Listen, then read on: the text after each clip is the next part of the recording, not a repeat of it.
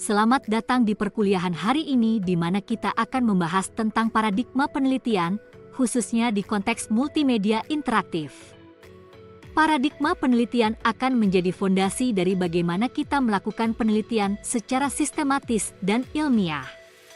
Nama saya Profesor Dr. Ninuk Lustianti, dosen pengampu mata kuliah paradigma penelitian di Universitas Negeri Jakarta. Sepanjang perkuliahan ini, saya akan membimbing kalian untuk memahami berbagai paradigma penelitian yang bisa diterapkan, baik di penelitian kuantitatif, kualitatif, maupun metode campuran. Mari kita mulai dengan konsep dasar dari rasa ingin tahu manusia.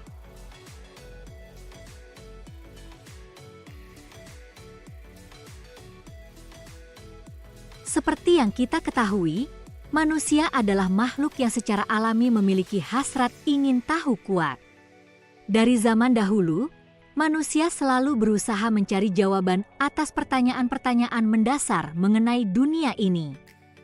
Nah, hasrat ingin tahu ini yang mendorong kita untuk mencari kebenaran. Terdapat dua jalur dalam mencari kebenaran, secara non-ilmiah dan secara ilmiah. Metode non-ilmiah mencakup berbagai hal seperti kebetulan, intuisi, bahkan wahyu. Sebagai contoh, banyak orang di masa lalu percaya pada kebetulan atau spekulasi dalam menjelaskan fenomena alam.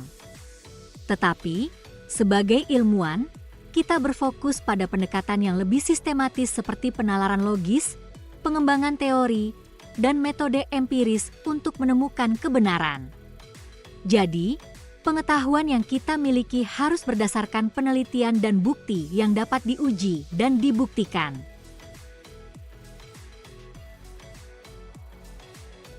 Proses berpikir dan berpengetahuan dapat dibedakan menjadi 3 kategori utama. Pertama, kita memiliki cara berpikir sehari-hari atau yang disebut pengetahuan eksistensial. Ini adalah cara kita memahami dunia berdasarkan pengalaman langsung tanpa melakukan pengujian lebih dalam.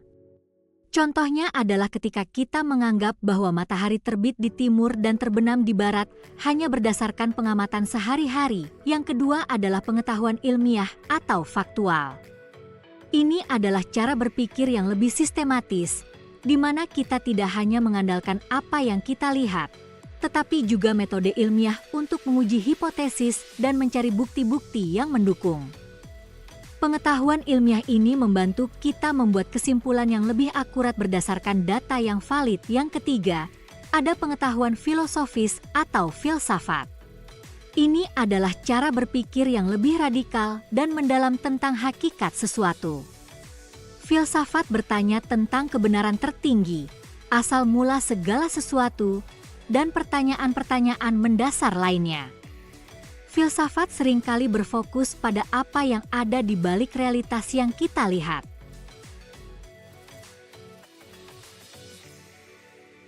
Ketika kita berbicara tentang penelitian ilmiah, ada beberapa konsep penting yang harus dipahami.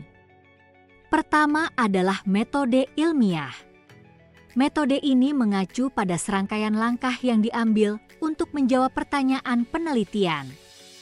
Proses ini melibatkan observasi, formulasi hipotesis, pengujian, dan akhirnya pembuatan kesimpulan berdasarkan hasil yang diperoleh. Selain itu, ada logika yang merupakan dasar dari setiap penelitian ilmiah. Logika membantu kita untuk berpikir secara terstruktur dan membuat keputusan yang rasional. Landasan teori juga menjadi elemen kunci dalam penelitian, karena teori menyediakan kerangka kerja untuk memahami data dan fenomena yang kita pelajari. Terakhir, kita berbicara tentang metodologi penelitian. Metodologi ini adalah cara-cara yang kita gunakan untuk mengumpulkan dan menganalisis data. Tanpa metodologi yang kuat, penelitian kita tidak akan valid atau bisa dipertanggungjawabkan secara ilmiah.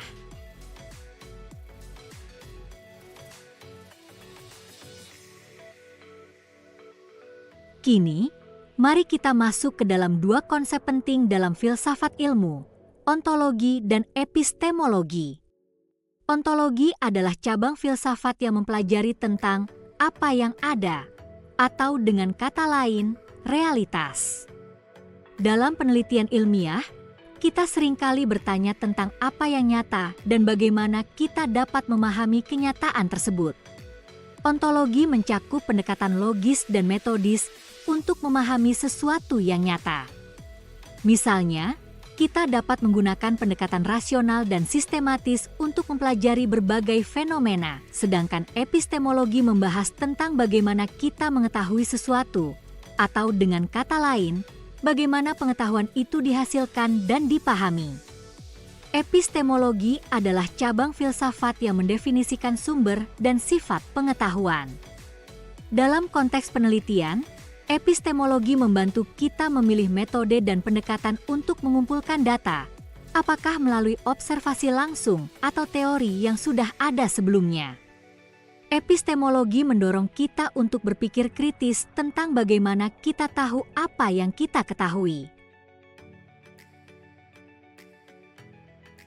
Berbicara tentang paradigma penelitian, salah satu yang paling umum digunakan adalah penelitian kuantitatif. Paradigma kuantitatif berpandangan bahwa ilmu berasal dari dua sumber utama, yaitu pemikiran rasional dan pengalaman empiris. Penelitian kuantitatif menggunakan induksi enumeratif, yang artinya data yang dikumpulkan di lapangan digunakan untuk membuat generalisasi. Misalnya, jika kita melakukan survei terhadap sejumlah orang dan mendapatkan hasil tertentu, kita bisa menggeneralisasikan hasil tersebut ke populasi yang lebih besar. Penelitian kuantitatif juga sering menggunakan statistik untuk menemukan hubungan antara variabel-variabel yang diteliti. Dengan cara ini, kita dapat menjelaskan fenomena berdasarkan angka dan data yang konkret.